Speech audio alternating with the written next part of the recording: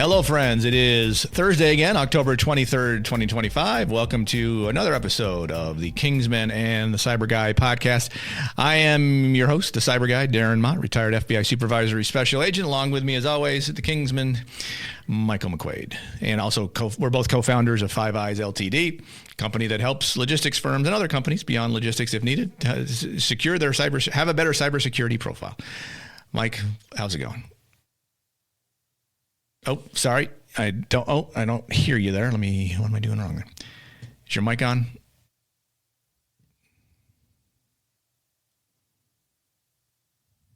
Oh, you know what? Darren, go say something. I had the wrong thing turned up. Go ahead.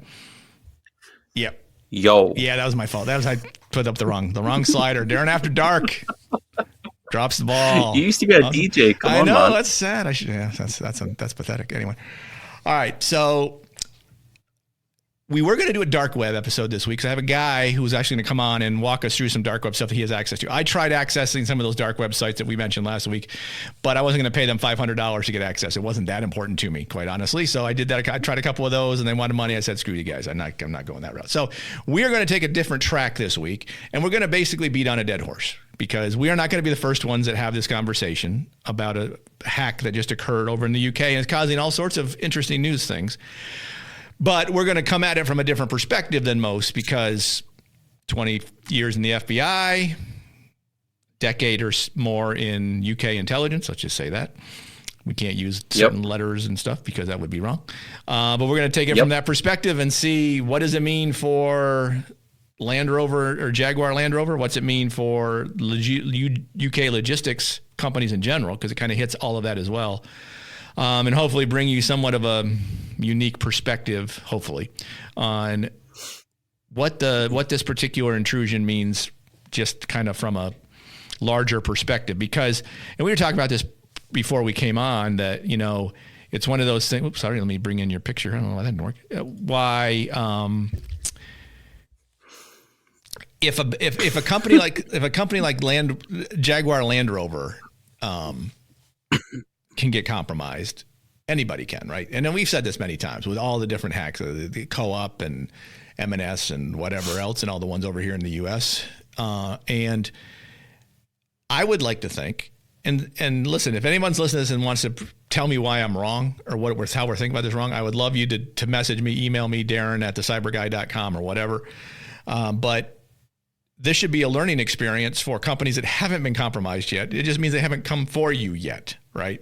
So before we kind of get in this discussion a little bit, and I'll let you kind of chime in here, Mike, in a minute. I'm going to kind of walk through what happened here, and you can see where the flaws are, and I'll leave it for that. So I've filibustered long enough, Mike, for 3 minutes. So you go ahead, take it home.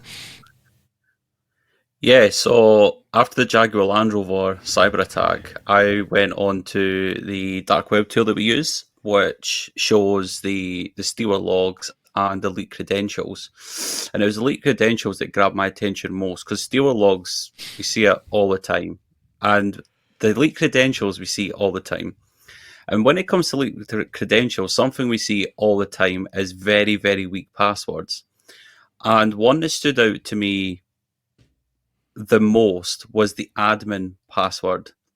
So the account was admin@glr.com, and the password was password123, which has got to be that, and KWERTY has got to be one of the most used passwords because it's just such an easy one to use.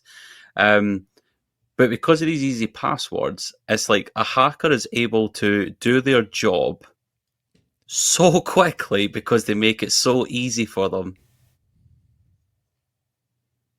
Right. And one other thing that you brought to my attention, because it's something we do all the time when we talk to companies, the first thing we do is check. Unknown caller. Sorry. That's a scam. Okay. It's a scam call. So I'm getting a scam call in the middle of this. So we're gonna divert and listen to the scam call. So let's learn from this. Hello. Let's go for it. Hello. Hi, this is Steven from Final Expense Department. How are you doing today? I'm great, Steven. How are you? I am also good. Thanks for asking. This short call is about Final Expense Low Cost Insurance Plan. which is designed to cover 100% cost of your funeral, burial, and cremation expenses. So, just to qualify, may I know how old are you? Wait, am I going to die soon? Do you know something I don't know, Stephen? Sir, I am not asking to buy and to change anything. I am just here to give you information. Right, but hold on. So you're talking about my funeral. Are you Dr. Stephen? Do you know something I don't know? Am I about to die? Yes, sir. Right, sir. Right, sir. Sir, just confirm your age is 59 and your zip code is 28075, right? No, my age is 74 and my zip code is 17265. Where are you getting your information, Stephen? You're holding 74 very well. Okay, sir. Okay, sir. Yeah. But thank you so much for your cooperation. Just take a minute. I'm curious, but still, Steve, am I sick? Do you know if I'm sick? I mean, you may know something I don't know because I'm curious now. Okay, sir. Okay, but just take a minute. Hold on, please. Okay. Oh, Stephen's got character. Your call is very important to us. Please stay on the line and you'll be transferred to the next available agent. Excellent. What are you putting you hold for? I've never had this one before. Last spam call. That's good. This is great.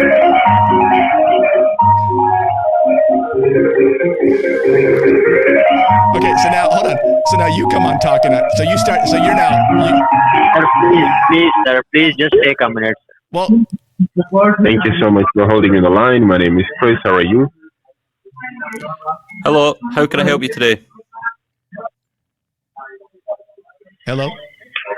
Your call is transferred over to me, and I will be happy to assist you. Your final expense code. What happened to Stephen? I like Stephen. Stephen had a very calming voice. What happened to him? Where's Stephen at? Hello, Chris. You still there, Chris? Okay, that's it. Okay. Well, that was a fun interlude. So I hope, if anything else, I hope we brought some humor to this podcast because it's going to get stale here in a minute. But anyway, so we were back talking. Let's go back talk. And the funny thing is, I will probably get another call while we're sitting here. So I'm going to keep that on. So if we do, so the next, I don't know why they could. Oh, I know why. I don't think your voice goes down the line to my phone. I think that's the problem. So you couldn't hear you. So that's all right though. The good thing is you can tell me things to say and they won't hear me say it. So that'd be good. So if that happens again, we'll because I've had like 5 of these today. That's the first one I've answered. That's actually the good thing is we didn't have the automated call at the beginning. But anyway, back to Land Rover, Jaguar Land Rover. So one of the things you mentioned was one of the things we do when we talk to companies is, how's your email set up, right? And so we have this, it's an online tool. Anybody can use it. And I'm going to see if I can bring up a window with that real quick here. And we can take a quick peek at. And again, if you're on YouTube, this will make more sense to you. If you're not on YouTube, then you're just going to have to trust me what we're saying.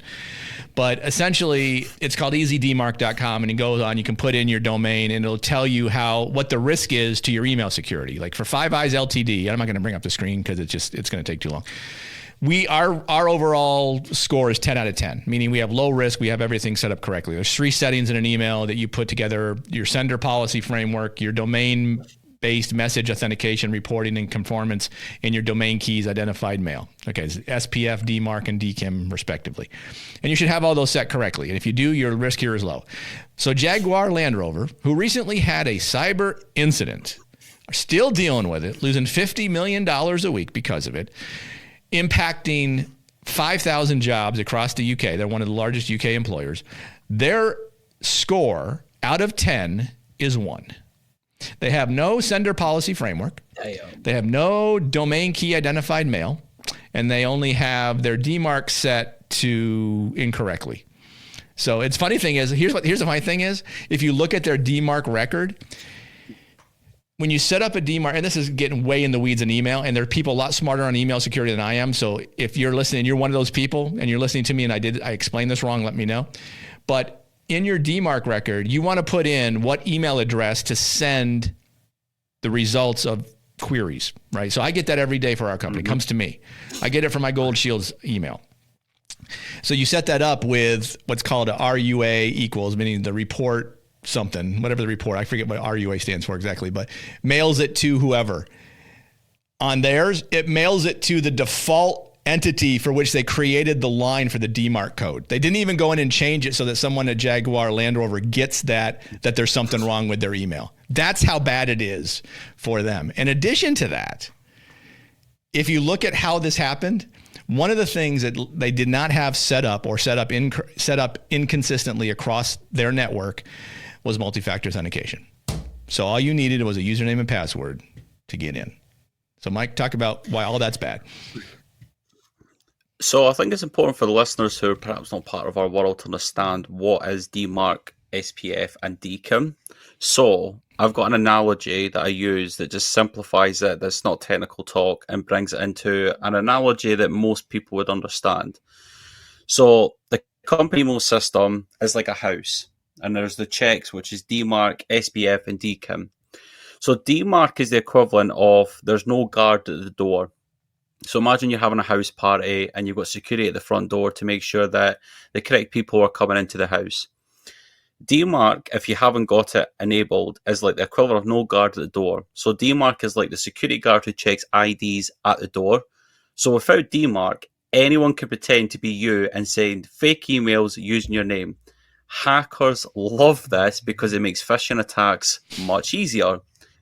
SPF, on the other hand, is the equivalent of having no guest list. So you've got the security guard at the front door, but he's got no guest list. So people come and say, I'm here to join the house party, and they go, I don't even know if this person's coming to the house party. I don't even know who this person is. So it's like the guest list for your house party. It tells email servers only these people are allowed to send emails for us. Without it, strangers can walk right in and pretend they belong. And lastly, DKIM is the signature on your letter. So imagine you're sending letters from your house. So anyone can write a fake letter and pretend it came from your house. People receiving it might believe it's real, even if it's a scam. And hackers can change the messaging when it's getting sent, and no one would know. So bringing it back in technical terms, if you send an email from point A to point C, there's a point B in the middle where the hacker grabs it, changes it, and then directs it to C, and C has no idea that it's even a scam. So I thought I would bring it back as to what it means in non-technical term. Very good. Would that pass? Was that pass? That's very good. That's excellent. Yes, that's you could have been a school teacher. That was well placed. Well placed. Oh no, I could not have been a school teacher. Okay. All right. So so that's exactly. So and we say all this just to say Jaguar Land Rover wasn't even doing the simple stuff. Still not doing it today, for God's sake. So so how did this attack? Let's just kind of walk a timeline through this attack and then kind of talk some things onto that. So it's basically there was no 0-day exploit. It was social engineering and credential abuse. So basically someone called and said, hey, I need you to reset my password. And someone said, okay, I'll reset it. So they had the username, they got IT to reset the password, and now they got in. And the other problem was, again, no multi-factor authentication. They also had poor permission structure, meaning they gave extreme access to certain accounts that necessarily didn't need it, meaning that they could move across the network, go into places they weren't supposed to. And some credentials were shockingly outdated. Reports showed that passwords stolen as far back as 2021 still worked in 2025. So I'm going to also guess that people who no longer work there probably still had active accounts. That's my guess. In addition to that, they had no monitoring or anomaly detection, so they didn't even see the stuff going on. They had no networks or insufficient network segmentation, meaning everything was kind of connected together. And so just a host of problems for a company. And now they're losing, what was it, 50 million a week? 50 million pounds a week, something along those lines. So here's a question for you, Darren, right? Yep. I'm going to play devil's advocate because I'm thinking, what would somebody counter to what you're saying, right? What would somebody say? Is that at all possible because of the size of Jaguar Land Rover that it's almost difficult to go back to the basics again? It's almost starting at day zero as if Jaguar Land Rover just started last week and rebuild it that way. Because this is something we discussed when we were speaking, especially small businesses, that this is the time to start implementing your cybersecurity posture, because as your business grows, your cybersecurity posture needs to grow with it. If you get to a certain point and you want to implement it as if it's day zero again, it's so much harder and difficult to implement it because it's almost like you have to reverse things that you've done to rebuild again. That project can take years, like absolutely years to do. So do you think it's one of those scenarios where Jaguar Land Rover is so far ahead that it'd be difficult to bring it back, or they haven't either got, I'm not going to say budget because that's an excuse, they haven't perhaps got the expertise to bring it back to go forward? Well, I would say you don't have to do it all at once. Start with turn on multi-factor authentication everywhere. How about start just there? So you have to have a legitimate login, password, and multi-factor authentication to get into your network. Let's just start that. Second thing, it's not hard to outsource monitoring and watch your network and see all that stuff happen. We talked to those companies. They exist. They can do that kind of stuff. AI makes it easier. And so you would have seen this activity and said, ooh, that doesn't look right. Let's figure out what that is, and maybe we can block it. They weren't doing any of that stuff. So you can start with some easy stuff and get easy wins initially. Sure. Are they going to be able to, segmenting their network and doing all that stuff is going to take a while. It's going to take an investment, and it's going to take a strategic and tactical situation coming together, right? Someone's gonna have to strategically say, here's what we need to do. And then someone has to tactically say, okay, we're going to take that strategy and do it, right? Someone's gonna say, here's how we need to build, here's how the whole needs to be built. And someone needs to build the whole. Those are two different sets of skills, but you need to bring them in to do that kind of thing. And so you still there? Oh, there you go. Yep. Yeah. Okay. Yeah. You're screaming green for a second, but, so, I mean, it's not hard to get a little better than you were 3 months ago or 2 months ago when this all happened. So again, maybe they're learning from it, maybe they're not. But the other good thing is, here's what I would like to see. This is a separate thing altogether, is come right out and say, here's everything that happened. I mean, let's be honest. If they come out and are very transparent with what happened to them, is it going to impact their business? Are people going to say, well, I'm not buying Jaguars anymore? People who buy Jaguars, Land Rovers, the actual customers don't give a shit and have not paid attention to this at all. They just know that, this would be a bigger problem with Tesla, where the cars started running on themselves, and that'll probably be a problem. But for Jaguar Land Rover, people are still going to want to buy them. The problem is they're not going to be able to find them for a while because they're not going to be putting out as many. But that's my two takes. So you think there's literally no excuses for it at all? There's no excuses for it at all. Then no. So why do you think then they didn't do it? Because it's never happened to us. They can't surely think it won't. They can't surely think it won't happen to us because they're a massive company. Like, from a cyber criminal's perspective, that's a trophy. That is going to get you so much credibility on the dark web. You're going to go for that big boy. Mm-hmm. So surely they cannot be. And I'd be interested to know if they've even got a CISO. They have to. Jaguar Land Rover. There's got to be a CISO. And I think that. I think part of it, it's never happened to us before. And so I'm sure if they have a CISO, well, they're probably not listening to him, right? He's probably saying, we have all of this, we have this large entity now with this huge network, all these OT systems, because, you got manufacturing as part of this and all that kind of stuff, that it's going to cost us $5 million to bring everything up to code, let's just say, so that we don't have a problem. And the people that make the decisions, we're not paying $5 million. That's ridiculous. Because what's the worst? What's the worst that could happen? Yep. So. Yep. That's why. I mean, I was going to go on LinkedIn and see if they have a CISO, but I don't want to dime him out here. It's not his fault. I'm sure he said we need to do these things, and they didn't listen. But I think what it is. Like, the reason I'm asked that question is the more I investigate Jaguar Land Rover, look at the open source stuff, right? Mm-hmm. The more you can just see why it happened. So if you investigate to see if they're a CISO or not, it's like, see if they don't have one, then it's like they had all the recipes for a disaster. Yeah. Oh, and by the way, for the listeners, what a CISO is, a Chief Information Security Officer, in case you're not part of the cyber world. So, all right, let me ask you this, Mike. I'm going to go to you because this is happening in your country. So, what does this mean for downstream providers so all the companies that service Jaguar, right? That provide them the sheet metal and the components and the computer pieces. How does this impact them? So it's impacted over 5,000 companies. So there's 5,000 companies that are part of the GLR supply chain. And there was a documentary that was released on YouTube. I watched it a couple of weeks ago, and a private investigator who loves to investigate like cyber incidents. He created a documentary on it. And he interviewed some of the local businesses around the area where GLR is situated and asked them, how is this impacting your business? And they said, GLR is our business. Without GLR, we don't have a business. We literally service GLR. So it's had this ripple effect. It's not only just affected GLR, it's also impacted over 5,000 companies in the UK who rely on GLR to deliver every week. So it appears, to answer our question, there is a chief information security officer at Jaguar Land Rover, but he also has he's a director and co-founder of his own company. So he's got to find a second job in order to do what he's doing at there. So it must be a fractional, surely. Must be. I would guess, but that's worse. Let's see how long he's been doing this. He is a young guy, I will say.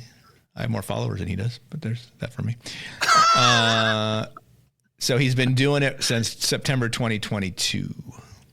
Says full time, but he's also got he owns his company. He used to work for Shell. He has been in information security for 8 years.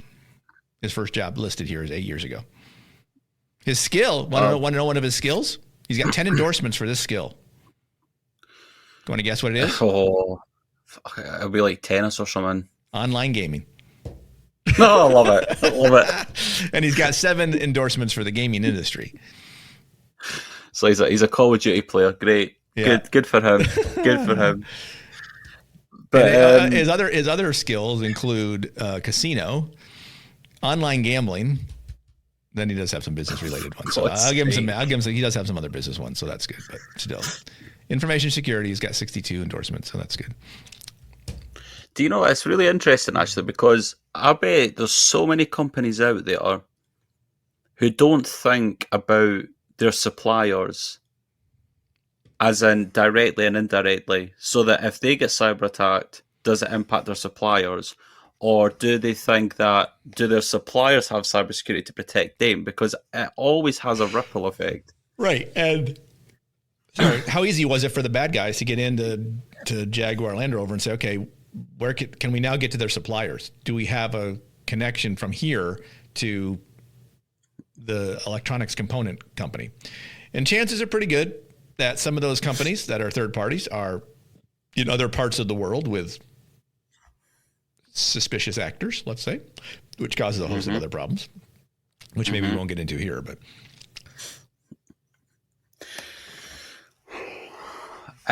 you know what?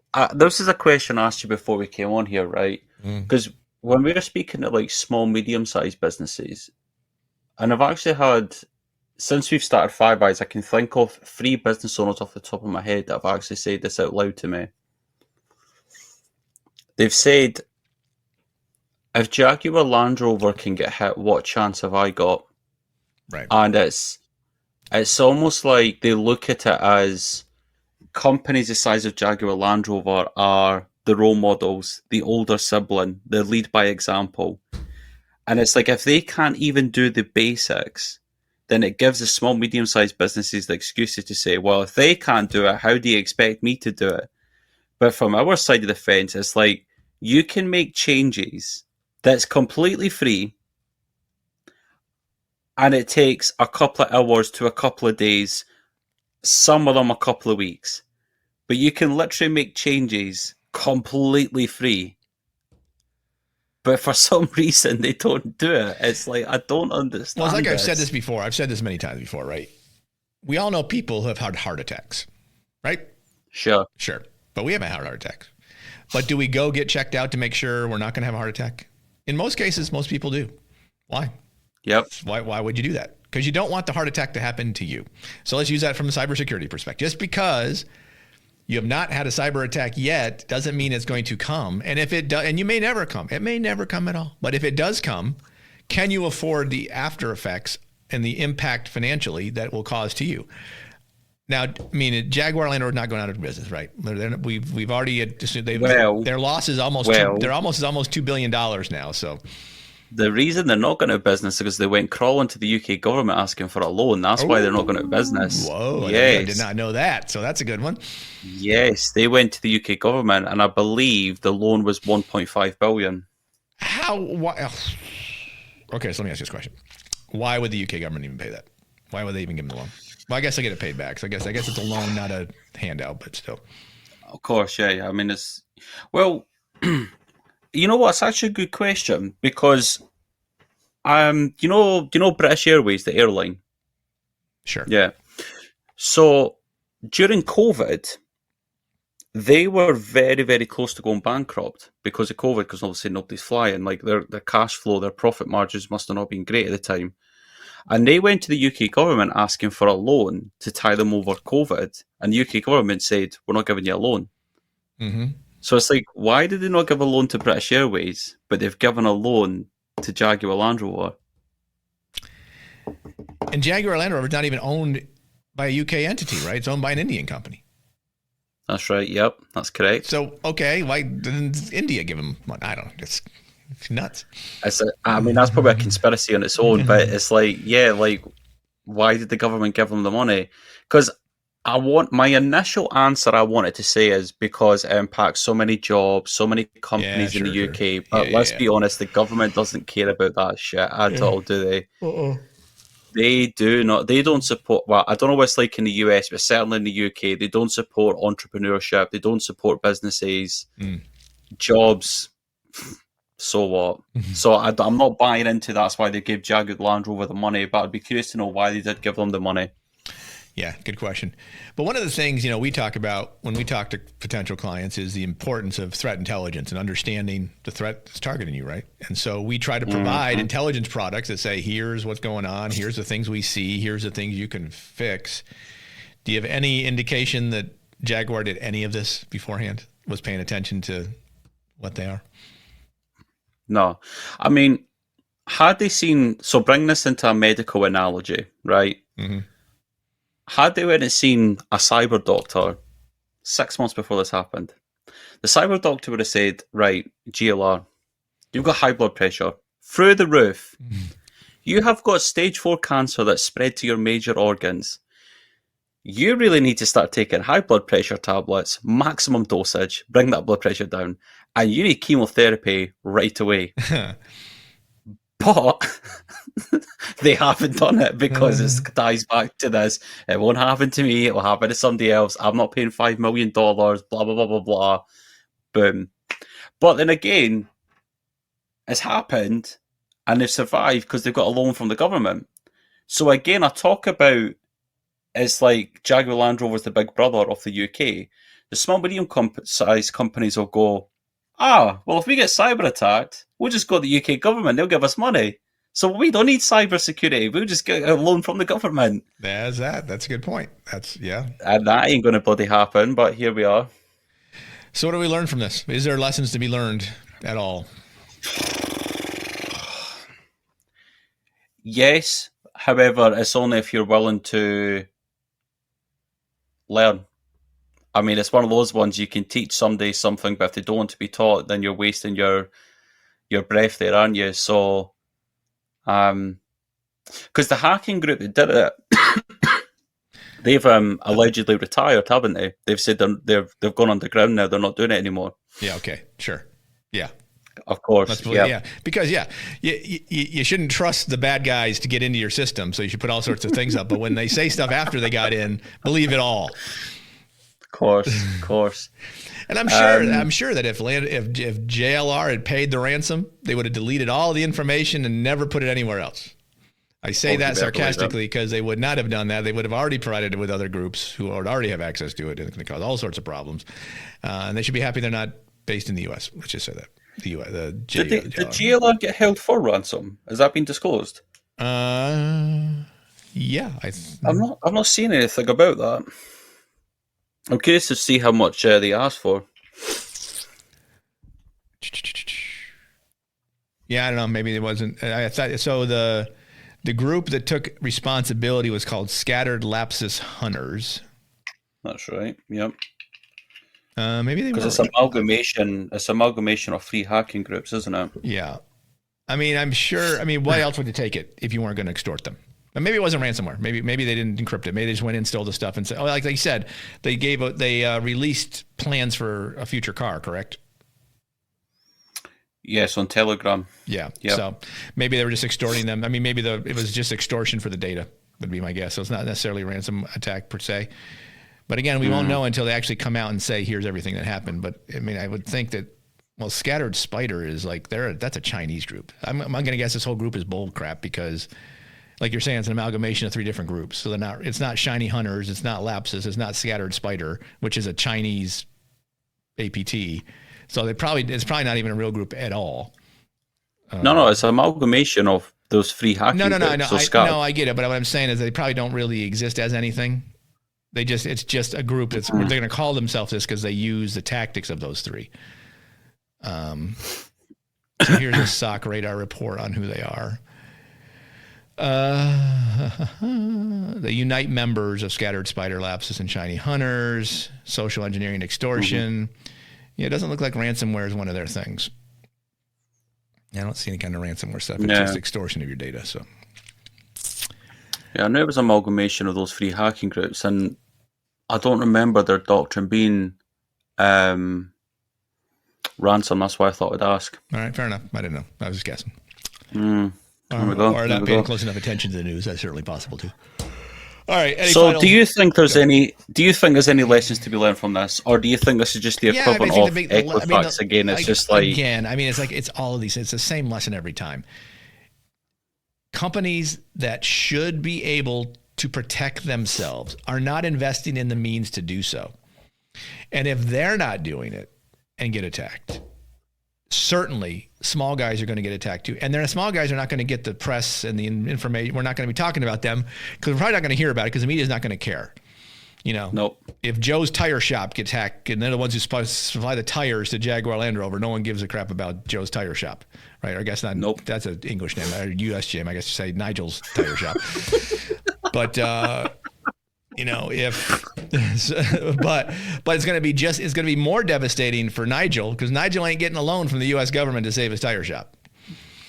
But Nigel could invest in a little cybersecurity now to make himself a lot more cyber safe later. Yeah. Yep. I've said it before and I'll say it again. I don't know what has to happen in the world where people don't look at cybersecurity as a cost center and they just adopt it right from the beginning. It's just like, I don't know what it's going to take, but someone's got to give. I mean, we've talked about it before with the cybersecurity resilience bill.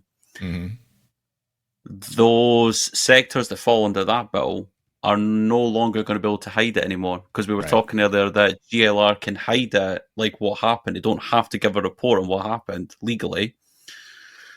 But the sectors that fall under the cybersecurity resilience bill will now legally have to tell what happened. So they won't be able to hide the data breaches. They won't be able to hide how many people's information is leaked. They will not be able to hide it anymore. I don't know. Maybe will that be the turning point? I don't know. Here's hoping. Highly unlikely. All we can do is hope that someone somewhere sees the light. So with that, I guess that's another fabulous half hour of crushing morosity from the Kingsman and the Cyber Guy for everyone. If you find value, you think it's interesting, you think people can learn from it, please, share it, pass it along. Subscribe, obviously. If you're watching this on YouTube, subscribe to that. If you're listening on podcast, subscribe to it. I'm sorry we didn't get more scam calls because that was a kind of a fun 5 minutes there in the beginning. So at least share that part. Like, that part was funny. I might actually have to cut that out separately and have its own separate little video on YouTube just for that. It would have been good if I got to speak to them because I think it would have chucked them because it's like the first half he's speaking to an American, and then the second half he's speaking to the Scottish bloke, and it's like, what the hell's happened here? That'd have been good to have done that. Yeah. But that didn't work, so that is unfortunate. All right. Well, Mike, you enjoy the rest of your week. I'm sure we'll talk again probably in an hour or two or tomorrow.